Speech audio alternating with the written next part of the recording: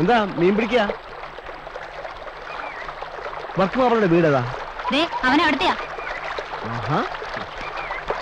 വാ മിനിക്കുട്ടി, ഇത് പിടിച്ചോ, ഞാൻ ഇപ്പം വരാം.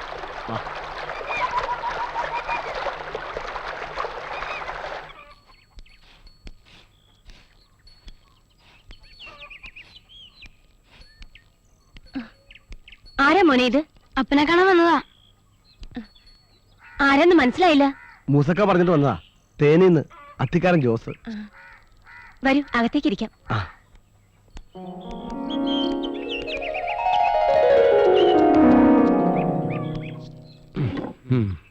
എഴുന്നേക്കാൻ മേല. 3 മാസമായി കിടപ്പില. കാള ഒന്ന് പറ്റിച്ചതാ. അറിയാം, മൂസക്ക എല്ലാം പറഞ്ഞിട്ടുണ്ട്. കാളയെ ഞാൻ നന്നായി നോക്കിക്കോളാം. മൂസക്ക പറഞ്ഞ എനിക്ക് വേദവാക്യ.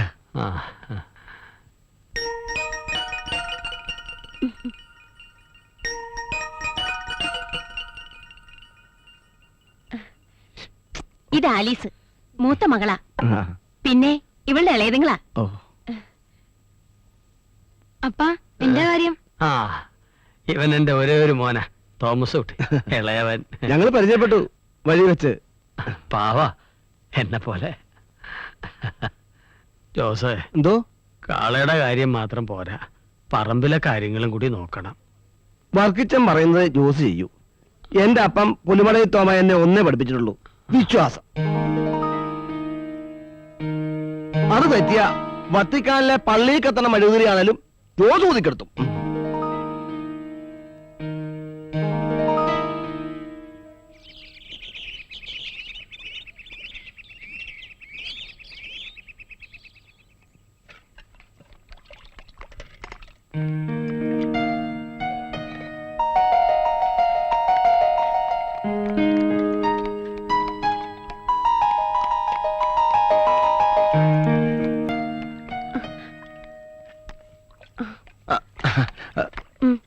മതി മതി മതി.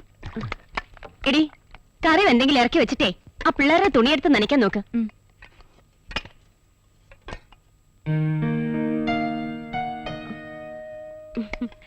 ജോസിന് എത്ര വയസ്സായി?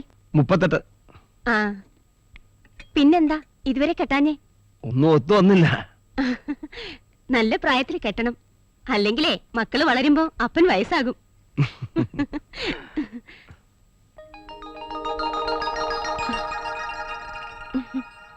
ഇവിടെ ഞങ്ങളുടെ നാട്ടിൽ നിന്ന് കെട്ടുന്നോ? ഇഷ്ടം പോലെ പെണ്ണുങ്ങളുണ്ട്. നോക്കണം. എങ്കിൽ ഞാൻ കണ്ടുവെക്കാം. എന്താ, കെട്ടുവോ?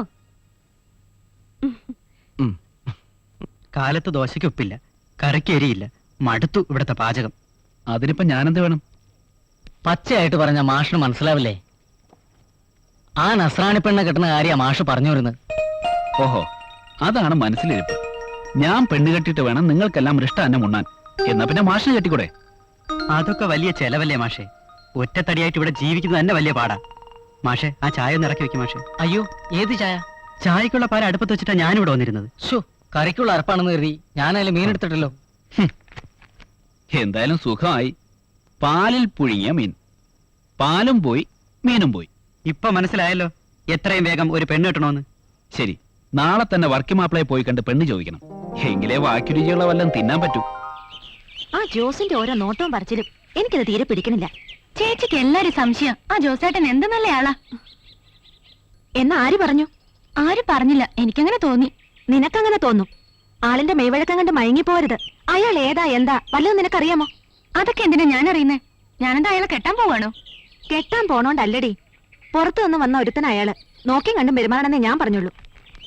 ചേച്ചി മെല്ലെ വാ, ഞാൻ പോവാ. ആ സാവിത്രി ടീച്ചർ പുതിയ സാരി വാങ്ങി അതിന്റെ മുന്താണി മുറിച്ച് തന്നിട്ടുണ്ട്. ചെന്നിട്ട് വേണം ഒരു ബ്ലൗസ് വെച്ചു കൊടുക്കാൻ. പോവാണേ.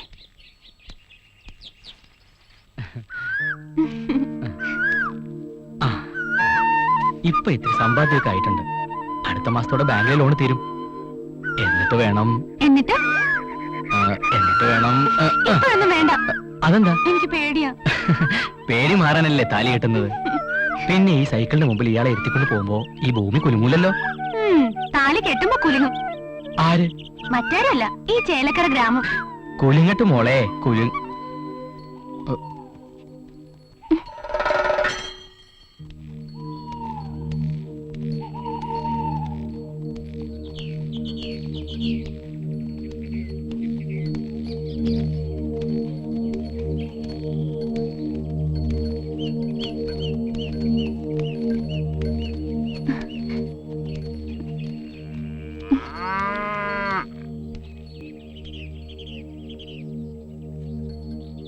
എന്താ സോഫിയ? ഏയ് ഒന്നുമില്ല. കൊച്ചു വർത്തമാനമായിരിക്കും അല്ലേ? പറയാൻ ഞാൻ ആരുമില്ലെന്നറിയാം. എന്നാലും ഒരു ചേട്ടന്റെ സ്ഥാനത്തുനിന്ന് പറയാ. മനസ്സിലുള്ള സ്നേഹം വഴി വെച്ച് വിളമ്പിയ നാട്ടുകാരായി.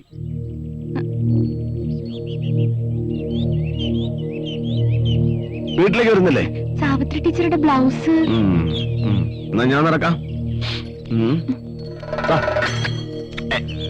നി-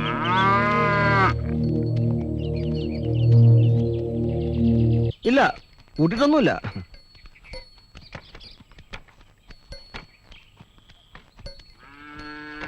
മൂന്ന് പാർട്ടി വന്നു. ദാ 450 രൂപയാണ്. വേണ്ട, ജോസ് വെച്ചോ.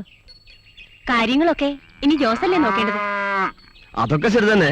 ഇതിപ്പോ ചേർത്ത് വെച്ചോ. വേണ്ട, ജോസിന്റെ ആവശ്യങ്ങൾ കഴിഞ്ഞിട്ട് ബാക്കി തന്നാ മതി. എനിക്കിപ്പോ ആവശ്യമൊന്നുമില്ല. വേറെ ചോദിച്ചോളാം. എന്നാലും എന്തെങ്കിലുമൊക്കെ ചില്ലറ ചെലവുകൾ ഉണ്ടാവില്ലേ? അത്യാവശ്യത്തിന് പണം എന്റെ ഉണ്ട്. ദാ. ജോസേ, ഇവിടുത്തെ എല്ലാം ജോസിന്റെ സ്വന്തം പോലെ കരുതിയാ മതി. ഓ, ഇനി മുതൽ അങ്ങനെ കരുതിക്കോളാം.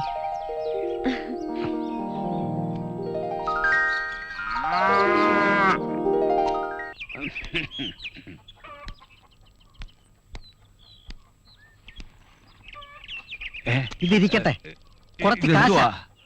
വർക്കിച്ചന്റെ കൊടുത്താ വാങ്ങത്തില്ല. അപ്പാപ്പന്റെ ഇരിക്കട്ടെ. വേണ്ട വേണ്ട, എന്തേലും ആവശ്യം വരും. ജോസിനെ കണ്ടില്ലേ?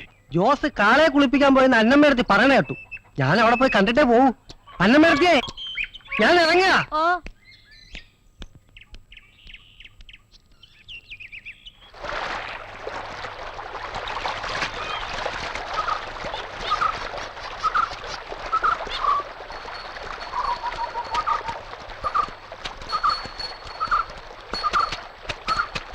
അലക്ക് കഴിഞ്ഞ് വണ്ണാത്തിക്ക് പെണ്ണ് കെട്ടാൻ നേരലെന്ന് പറഞ്ഞ പോലെ ആയല്ലോ. ജോസേ,